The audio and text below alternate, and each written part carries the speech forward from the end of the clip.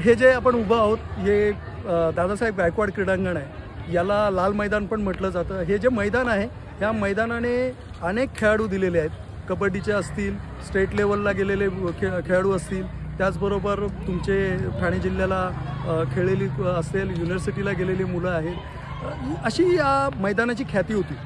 खरं तर हे मैदान म्हणजे कबड्डीचं माहेरघर म्हटलं जायचं कल्याण पूर्वेसाठी।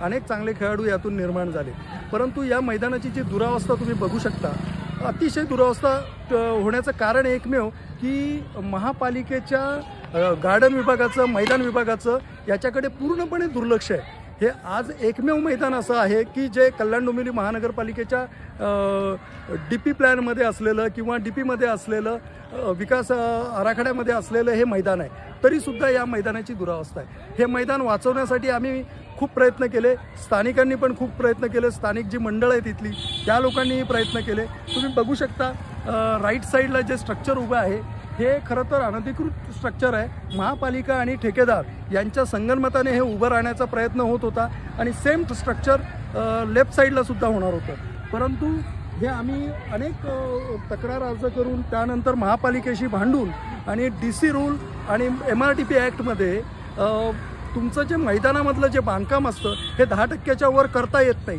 परंतु हे जे बांधकाम होत होतं हे बांधकाम एक 25% पर्यंत त्याचं चटई क्षेत्र जात होतं।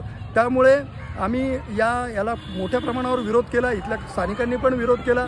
या मैदानासाठी मी आझाद मैदानामध्ये 1 दिवसीय धरणे आंदोलन केलं होतं। ते आंदोलनसुद्धा राष्ट्रीय खेळ दिवसाच्या दिवशीच मी ते आझाद मैदानामध्ये या आंदोलन केलं होतं आणि या आंदोलनाच्या माध्यमातून त्यावेळेस UDचे जे सचिव होते, तत्कालीन सचिव होते, त्या सचिवांनी मला आश्वासन दिलं होतं, त्यानंतर ते आंदोलन आम्ही थांबवलं होतं।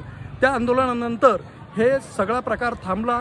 लेफ्ट साईडचं उभं राहणारं जे काही स्ट्रक्चर आहे ते थांबलं, परंतु हे राईट साईडला जे स्ट्रक्चर उभं आहे हे महापालिकेने समूळ काढायला पाहिजे होतं, ते अजूनही काढलेलं नाही। त्याच्या मागच्या बाजूला जी काही गॅप आहे त्या गॅपमध्ये चुकीच्या पद्धतीने काही नशेखोर, जुगारी, दारुडे हे सगळे त्या ठिकाणी बसतात आणि त्या माध्यमातून या मैदानामध्ये जो काही चांगला एक माहोल होता लहान मुलांचा खेळण्याचा तो पूर्णपणे माहोल बिघडलेला आहे। या ठिकाणी लाईटसुद्धा नसते।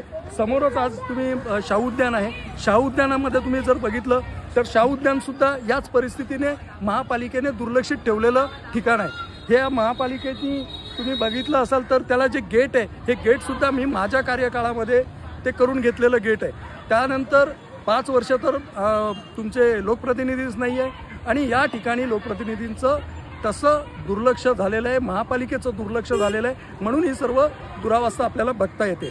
खरं तर आम्ही मध्ये पोलिसांना तक्रार केली होती की सातत्याने या ठिकाणी जे महिलांच्या तक्रारी होत्या की रात्रीचं नशेखोर, जुगारी आणि टपोरी या लोकांपासून सुरक्षितता मिळावी म्हणून इथे गस्त वाढवावी। पोलिसांना आम्ही पत्र दिलं, गस्त वाढवण्याचं सुरुवातीला त्यांनी काही प्रयत्न पण केला, परंतु त्यांच्याकडे पण अडचणी आहेत, त्यांच्या जे काही मॅनपॉवर कमी आहेत, ह्या मॅनपॉवरचा जो विषय आहे पोलिसांचा हा विषय मोठा विषय आहे, जो विषय तुमच्या गृहमंत्र्यापर्यंत पोहोचवणाऱ्या मंडळींनी पोहोचवला पाहिजे आणि त्यांच्याकडून तो सगळं व्यवस्था त्यांनी करून घेतली पाहिजे, परंतु ते होताना दिसत नाही। नशेखोर येऊन रात्रीचे झोपतात, ओव्हरडोसने मला असं वाटतंय म्हणजे पोलीस तपासात निष्पन्न होईल, ओव्हरडोसने गेल्यासारखा एक तरुण, अगदी तरुण आहे, तो तरुणाची डेड बॉडी आज आपल्याला या शाहू उद्यानामध्ये सापडलेली आहे। पोलिसांना बोलवलं आहे, पोलीस पण आलेत, पंचनामा होईल, तपास होईल, निश्चित त्याचा नशेने तो गेला आहे की त्याच्या मर्डर आहे हा पोलीस तपासातून निष्पन्न होणारी बाब आहे। खरं तर पोलिसांची ॲम्ब्युलन्ससुद्धा आलेली आहे आणि लवकरच याचा काही तोडगा निघेल असं बघूया। मैदानाची दुरावस्था तर आहेच, मुलांना ठेच लागणं, त्याच्यामध्ये काचा आहेत ते काचा लागणं, या सगळ्या गोष्टी होत आहेत, पण लवकरात लवकर महापालिकेने या सगळ्या गोष्टीवरती लक्ष घालावं। पोलिसांची इथे गस्त वाढली पाहिजे आणि हा संपूर्ण नशेखोरांचा जो अड्डा बनतोय तो कुठेतरी थांबला पाहिजे।